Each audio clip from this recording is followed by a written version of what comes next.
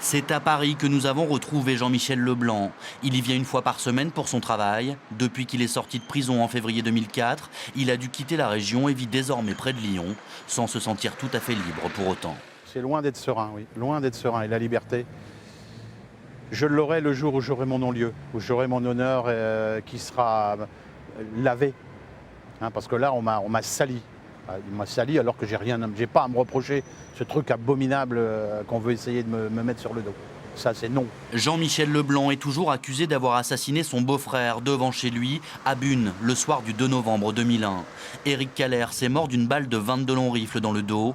Il n'y a pas de témoin, aucune douille n'est retrouvée sur place. Lors de l'enquête, les gendarmes trouvent une carabine chez Jean-Michel Leblanc. Une première expertise, révélée incomplète plus tard, affirmera qu'elle est à 80% l'arme du crime. Il est alors placé en détention en février 2002 à Béthune, malgré un alibi confirmé par plusieurs témoins. On attend qu'on ouvre la porte en grand pour Jean-Michel, là qu'on reconnaisse qu'il y a eu une erreur, là.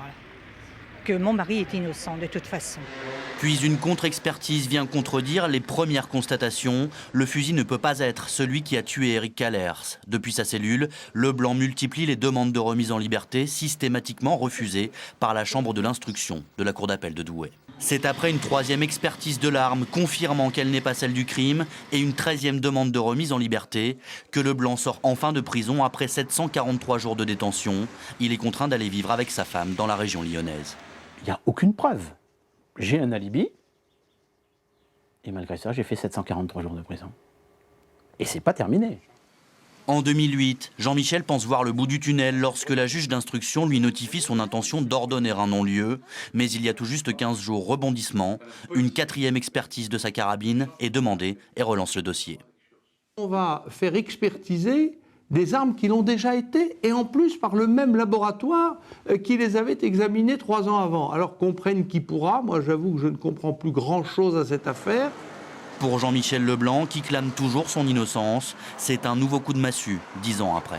C'est un harcèlement. On voudrait me faire craquer, qu'on ne chercherait pas à faire autrement. Moi, je demande qu'on me foute la paix, c'est tout. Je demande qu'on me lâche tranquille, qu'on me dise « on me donne un mon lieu », et puis foutez-moi la paix. Foutez-moi la paix. J'ai envie d'essayer de vivre encore quelques années.